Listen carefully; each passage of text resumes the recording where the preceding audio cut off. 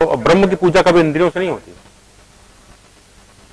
ब्रह्म की पूजा इंद्रियों से नहीं होती, इंद्रिय मुक्त अवस्था में होती है। इसलिए जब आप बैठो तो आप ये करो कि जिस धरती पर बैठे हो उसको मानसिक प्रणाम कर लो। आप यहाँ पे जो चेतना है, जो शक्ति है, उसी को बोल देते हैं लोग स्थान देवता, कुछ लोग बोलते हैं वास्तु देवता। तो आप जब बैठो तो इसके बाद अपने ऑरा को शुद्ध करो। आपका लगभग 18 इंच तक आपकी प्रकृति होती है, आपका ऑरा होता है। जो परमात्मा से आप मांगते हो, परमात्मा से न मांग के अपने ऑरा में वो मांग डाली जाती है। जैसे ही आप ऑरा में डालोगे, ऑरा आपका शुद्ध होने लगेगा। क्या डालना है वहां पर? कुछ भी नहीं डालना, शांत मौन को वहां पर करना। अगर आप दिन भर कोई व्यवहार करते हो, कुछ खाते हो, कुछ बोलते हो, कोई भी ऐसा कार्य करते हो, तो सब ऑरा में जाता है। तो तरीका तो यह है कि जिस दिन ध्यान करना हो आपको इस तरह का, सुबह से आप बिल्कुल व्रत की अवस्था में शांत, शुद्ध, मौन, स्नान मानसिक, पानी का, जल का स्नान नहीं।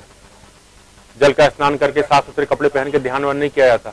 आत्मा ने वस्त्र के स्वरूप में देह को ओढ़ा हुआ, देह को शुद्ध करना। मूल काम देह को शुद्ध करने का है। हम लोग कपड़े शुद्ध कर लेते हैं।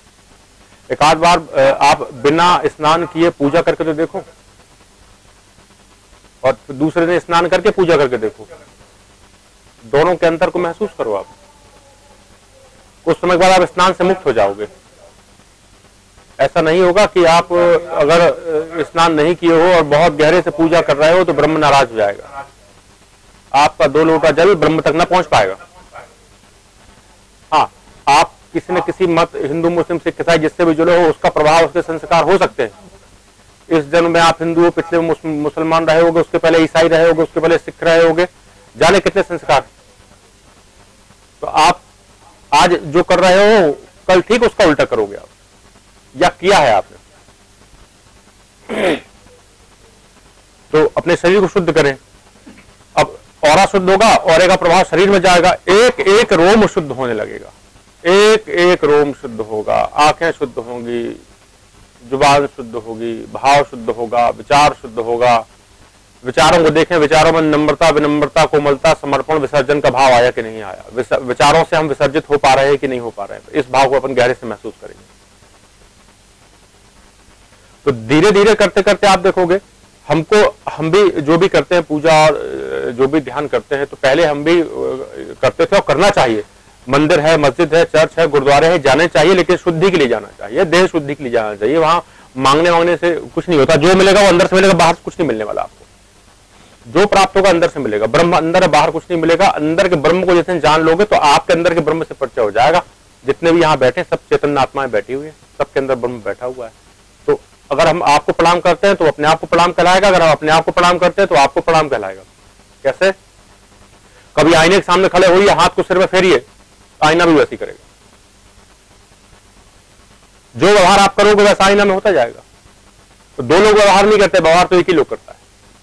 ऐसे ही अगर आप हिल रहे हो तो अंदर का ब्रह्म भी हिलता है। ब्रह्म से तात्पर्य उस चैतन्य शक्ति से, चैतन्य शक्ति से।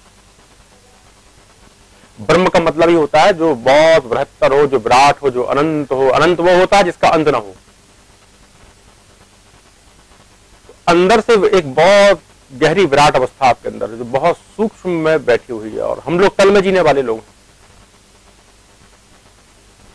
जो तल होता है वो विभाजित होता है, विभक्त होता है, बटा हुआ होता है। और जैसे जैसे गहरे होते जाओगे, एकत्व स्थापित होता जाएगा, एक होते जाओगे आप।